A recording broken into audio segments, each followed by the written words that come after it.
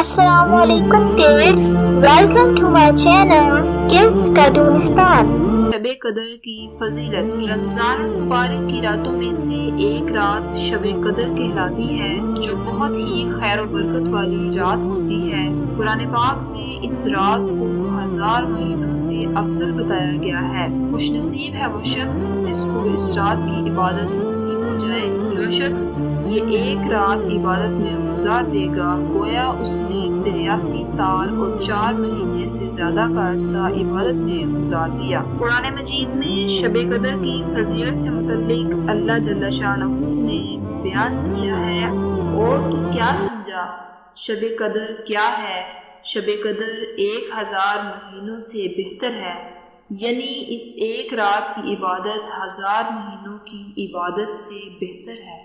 हदीस मुबारका में शब कदर की फजीलत यूं बयान की गई है। हजरत अबू हुरैरा रज़ियल्लाहु ताला अन्हु से रवायत है कि नबी करीम सल्लल्लाहु अलैहि वसल्लम ने इरशाद फरमाया कि जो शख्स लैलतुल कदर में ईमान के साथ सवाब की नीयत से इबादत के लिए खड़ा हुआ, उसके पिछले तमाम गुनाह माफ कर दिए जाते हैं।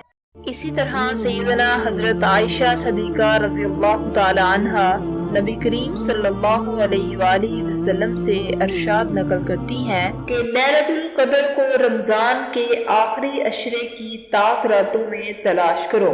इसी तरह एक और मौका पर सैयदना हज़रत आयशा सदीका रज़ियल्लाहु ताला अन्हा नकल करती हैं कि मैंने रसूलुल्लाह सल्लल्लाहु अलैहि वसल्लम से पूछा कि ऐ अल्लाह के नबी, अगर हम ताक रातों में से लैलतुल कदर को पा लें तो कौन सी दुआ पढ़नी चाहिए? आप सल्लल्लाहु अलैहि वसल्लम ने इरशाद फरमाया, आयशा, अगर तुम लैलतुल कदर को पा लो तो उस रात में ये दुआ पढ़ो, अल्लाहुम्मा इन्नका अफ़ुव्वुन तुहिब्बुल अफ़्वा फ़अफ़ु अन्नी।